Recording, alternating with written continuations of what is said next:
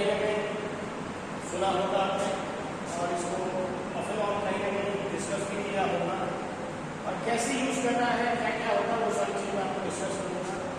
Overall revolutionize patient care through digital connectivity and remote services. Its topic is covered with what is telemedicine, types of technologies, benefits, challenges, applications, AI and future trends and regulations and ethics. ठीक है? What is telemedicine? Telemedicine क्या होता है? Telemedicine is the use of electronic information and telecommunication technologies to support and promote long-distance clinical health care, patient and professional health-related education, and public health administration. कुल मिलाकर अगर कहा जाए तो telemedicine एक तरीके से इलेक्ट्रॉनिक इंफॉर्मेशन होती है जो टेलीकम्युनिकेशन टेक्नोलॉजीज के साथ यूज होकर के to support and promote long distance clinical health care, दूरी के बैठे हुए लोगों को क्लिनिकल हेल्थ प्रोवाइड की जाए जिसमें पेशेंट और प्रोफेशनल हेल्थ रिलेटेड एजुकेशन हो और साथ में पब्लिक हेल्थ एडमिनिस्ट्रेशन। तो दूर रह करके भी पेशेंट को हेल्थ केयर के विषय में जानकारी देना, जागरूक करना और वहीं से दूर से बैठ करके ही अगर उनको हम मेडिकल सर्विसेज प्रोवाइड करते हैं, केयर देते हैं, तो ऑब्वियसली वो सारा जो टेक्नोलॉजी टेलीकम्युनिकेशन टेक्नोलॉजी का यूज करके हम इस तरीके की सर्विसेज प्रोवाइड करते हैं, इसी को टेलीमेडिसिन कहते हैं। Explain by WHO। की डिस्टिंक्शन क्या है? Telemedicine clinical service delivered remotely. Tele health क्या होता है? ब्रॉडर नॉन क्लिनिकल सर्विसेज जिसमें एजुकेशन और ट्रेनिंग होता है। एम हेल्थ क्या है? Mobile device based health services. और ई हेल्थ क्या होता है? All electronic health services combined. तो चार चीजें हो गई telemedicine, tele health, M health और ई हेल्थ। ठीक है? सो हिस्टोरिकल टाइमलाइन अगर देखी जाए तो 1924 में first concept video doctor of magazine cover में इसको मेंशन किया गया था। 1950s में radiological images transmitted over telephone lines in USA. 1964 में Nebraska scientific institute first interactive telemedicine generate किया गया था। 1990 में इंटरनेट एरा में telemedicine programs spread across hospitals. 2010 में स्मार्टफोन्स एप्स में telehealth mainstream for patients. And 2020 में आपने देखा होगा कोविड-19 पैंडेमिक के समय में पैंडेमिक ट्रिगर्स ग्लोबल एक्सप्लोजन्स इन टेलीमेडिसिन यूज।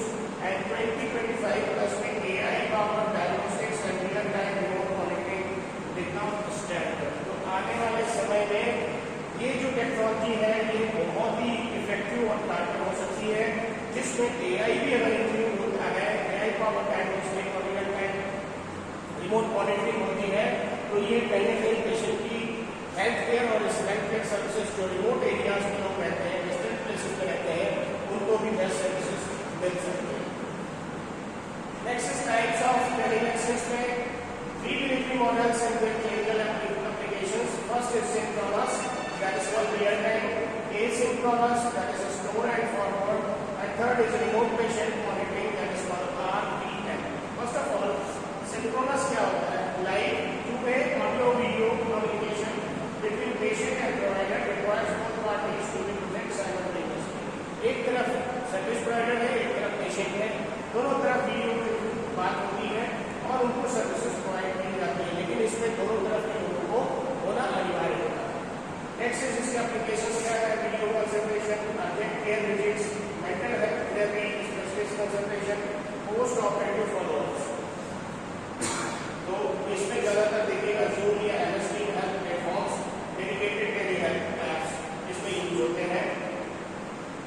एसिंक्रोनस में क्या है? स्टोर एंड फॉरवर्ड में मेडिकल डेटा, इमेजेस और videos are recorded and transmitted for later review by specialist. No real time interaction required. इसमें क्या है? वो डेटा और इंफॉर्मेशन स्टोर कर ली जाती है और बाद में उसको डॉक्टर या स्पेशलिस्ट असेस करता है। एप्लीकेशंस इसमें क्या है? Dermatology, photo review, radiology, second opinions, pathology slides, ECG interpretation और ऑप्थेल्मोलॉजी। इसमें क्या होता है? सिक्योर ईमेल होती है, मेनी रेडियोलॉजी प्लेटफॉर्म्स होते हैं और डर्मेटोस्कोपी एप्स के थ्रू भी इंफॉर्मेशन भेजी जाती है। Next is remote patient monitoring. It's a continuous or periodic collection of patient health data using sensors and variables transmitted to clinical teams for review. इसमें एक तरीके से पीरियोडिक कलेक्शन होता रहता है डेटा, ठीक है, और data using sensors and variables, sensor और वेरिएबल्स के थ्रू ये डेटा कलेक्ट होता रहता है, ट्रांसमिटेड टू क्लिनिकल टीम को ट्रांसमिट होता रहता है फॉर रिव्यू करने के लिए। इसके एप्लीकेशन जैसे glucose monitoring, TB and cardiac monitoring, pulse oximeter, weight management, post discharge monitoring. तो इसमें वेरिएबल बैचेस, स्पॉट वॉचेस या आईओटी मेडिकल डिवाइसेस यूज की जाती है।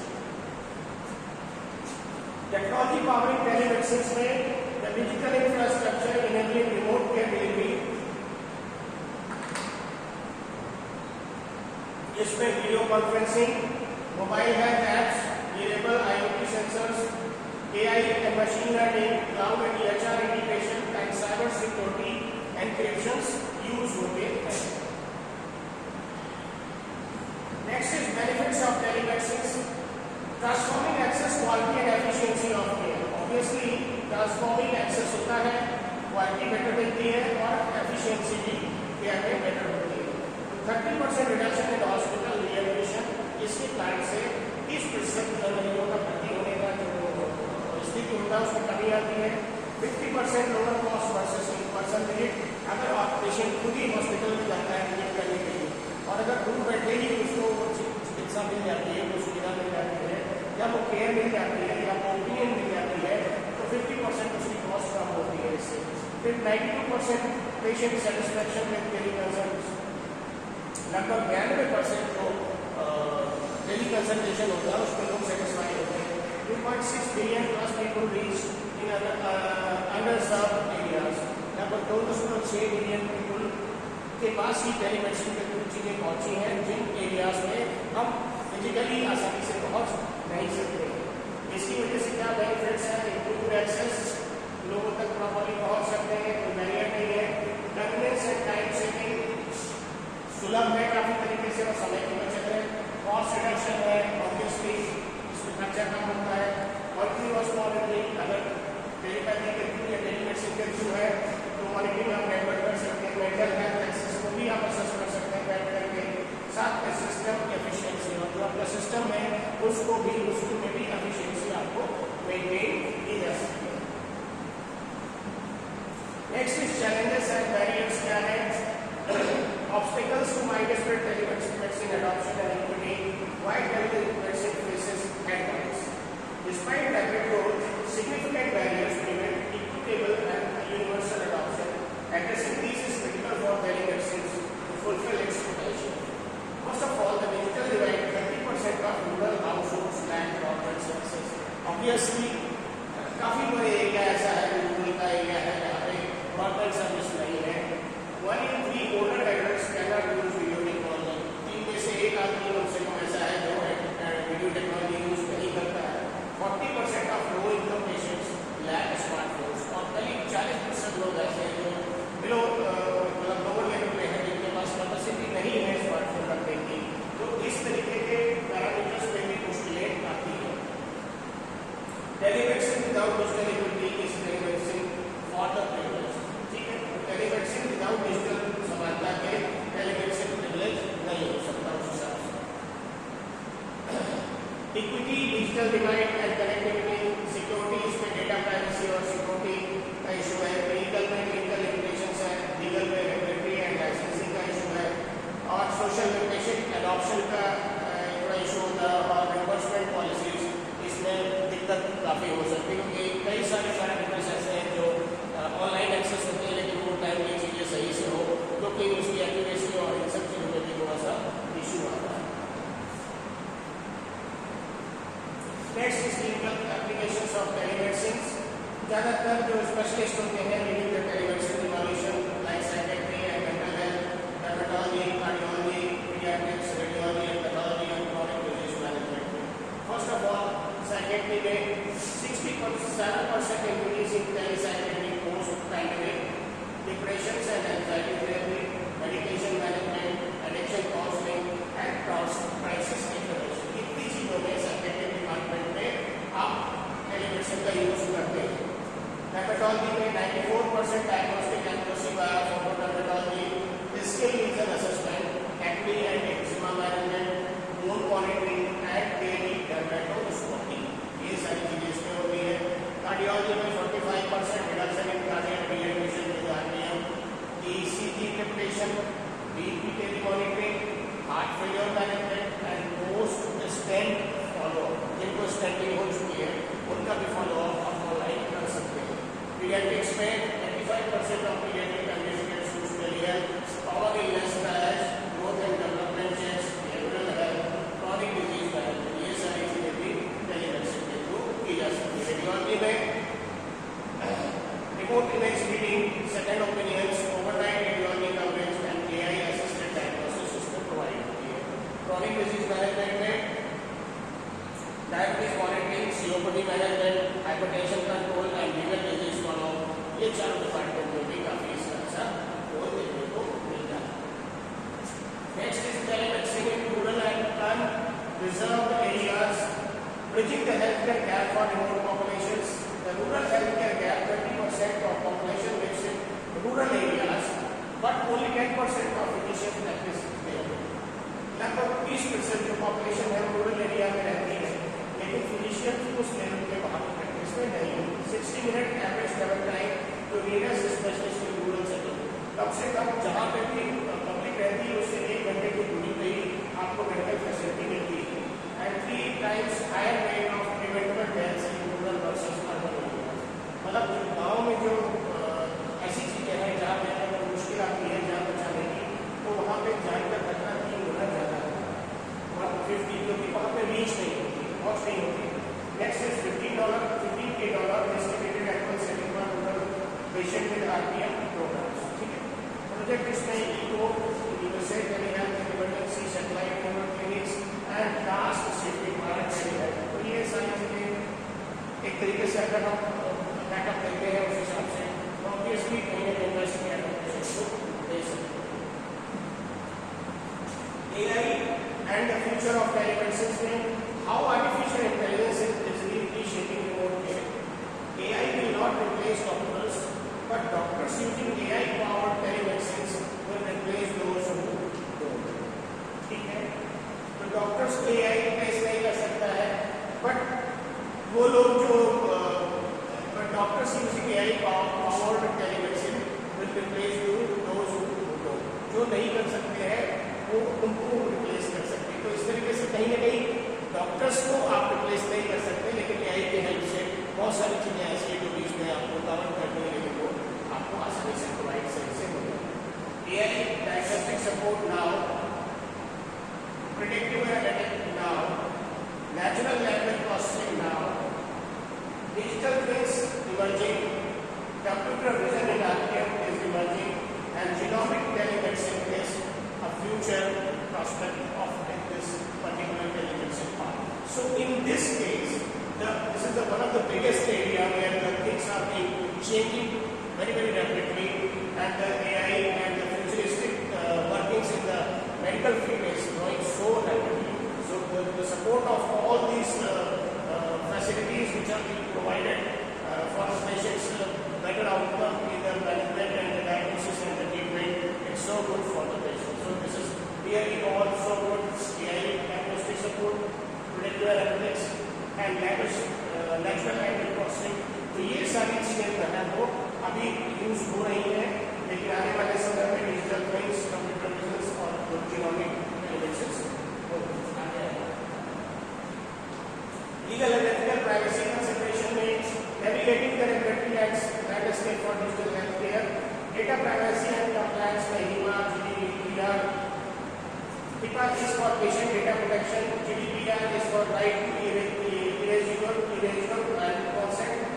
Data localization requirements, breach notification obligation, and patient right to access their data. ये सारे data privacy से related compliance है। Medical licensing and jurisdiction की बात करें तो physicians must be licensed in patient's state or country.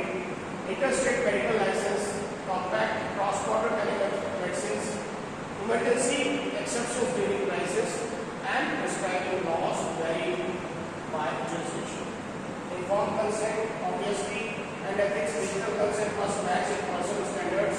Patient must understand telemedicine limitations, right to in person care attended, equitable access, non discrimination, किसी से भेद नहीं होना चाहिए, एक जैसा मैनेजमेंट होना चाहिए, duty of care applies equity online, and reimbursement and billing में Medicare and Medicaid telehealth coverage standard, private insurance variable party laws by state, CPT codes for telemedicine services, documentation requiring for billing, fraud and abuse monitoring in e-health. So ये सब चीजें legal और ethical point of view से सामने आती है. Next is implementing and telemedicine का roadmap. Steps of health care organization to successfully deploy telehealth को कैसे डिप्लॉय करें. पहले needs assessment, identify patient population, clinical gaps, technology readiness and staff capabilities. Number 2, platform का सिलेक्शन करें, evaluate HIPAA compliant platform for security, EHR integration and user experience. फिर उसके बाद regulatory compliance करें, ensure the assessing consent forms, billing codes and data protection policies are in place. Next is number 4 is staff training and workforce, train clinical and admin staff on digital tools, teleconsult, etiquette and emergency controls. मतलब staff को properly आप train करें उन चीज़ों को handle करने के लिए जो आपको टेलीमेडिसिन के रूप में यूज करेगा. Patient onboarding, educate patients on using the platform, offer tech support for low digital literacy tools. और साथ में पेशेंट को एजुकेट करें और एक ऐसा प्लेटफॉर्म दे जिसमें वो सारी चीजें समझ सके. साथ में लो डिजिटल लिटरेसी ग्रुप जो डिजिटली इतना स्ट्रॉन्ग नहीं है उनको टाइमली ट्रेनिंग देने की जरूरत है. ई सक्सेस फैक्टर्स क्या है? Leadership by dedicated budget, continuing quality improvement and outcome tracking, interoperability with existing EHR system, regular policy review align with evolving regulations and 24 multiplied by 7 technical support for patients and staff is possible. Global impact की बात करें अगर market statistics में, the scale of the telemedicine revolution worldwide almost 87.8 billion global telemedicine market value in 2023, 24.3% CAGR projected 24 to 2030, 1 billion virtual consultation conducted in 2023. It's a big thing. 78% physicians offering some telehealth, लगभग 78% physicians ऐसे हैं जो कोई ना कोई telehealth use कर रहे हैं. तो telemedicine adoption by region, North America, Europe, Asia Pacific, Latin America and Africa. North America में 82%, यूरोप में 71%, Asia Pacific 64%, Latin America 48%, Africa 32%. Post COVID permanent shift, specialty mix changing, employee investment and developing nation leapfrogging. कहने का मतलब ये है कि इस चीज में हर तरीके से पहले से और बेटरमेंट हुआ है. ये इस तरीके की जो टेलीमेडिसिन से रिलेटेड सर्विसेज है ये और बेटर हुई है और इनकी नीड भी है आज के समय में, क्योंकि जो जितने भी डिस्टेंट एरियाज है वहाँ तक पहुँचना और उसको उस हिसाब से डेवलपमेंट करना आसान नहीं होता है. इसलिए अगर हम दूर से भी कोई चीज़ें सपोर्ट कर सकें, हेल्प कर सकें और उनको भी स्ट्रीमलाइन में ला करके उनको केयर कर सकें, मेरे ख्याल से ज़्यादा अच्छा. तो कंज्यूमर की बात करें तो telemedicine is a transformative force, not a temporary trend, reshaping health care delivery. ठीक है. The three models, synchronous, asynchronous and RPM, serve distinct clinical needs and patient population. Overcoming digital divide and ensuring equitable access must be centered toward telehealth strategies. AI integration is accelerating telemedicine capabilities. ये बात याद रखिएगा. AI के आने से telemedicine में काफी ज़्यादा इस विकास में इम्प्रूवमेंट हुआ है. For triage, support to predictive monitoring, legal and ethical frameworks must evolve in parallel with technology to protect patient and providers. Successful implementation requires strong leadership, training, patient engagement and regulatory alignment. साथ में the future of healthcare is hybrid. Telemedicine complements, not replace in-person.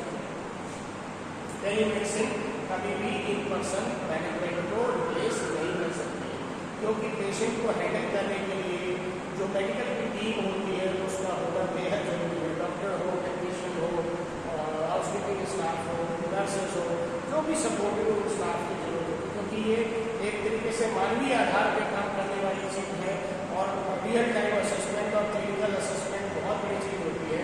तो इसलिए उसमें technology supportive हो सकती है, लेकिन पूरा डोमिनेंस उसका नहीं हो सकता। Stethoscope reached across the internet, ठीक है। तो स्टेथोस्कोप आपका पूरे इंटरनेट पे एक तरीके से जहाँ भी ले जाना चाहे वहाँ तक जा सकता है और पेशेंट की केयर कर सकता है और वो उनके बेटरमेंट के लिए सपोर्ट कर सकता है। और ये एक मैं मानता हूँ पॉजिटिव रिस्पॉन्स है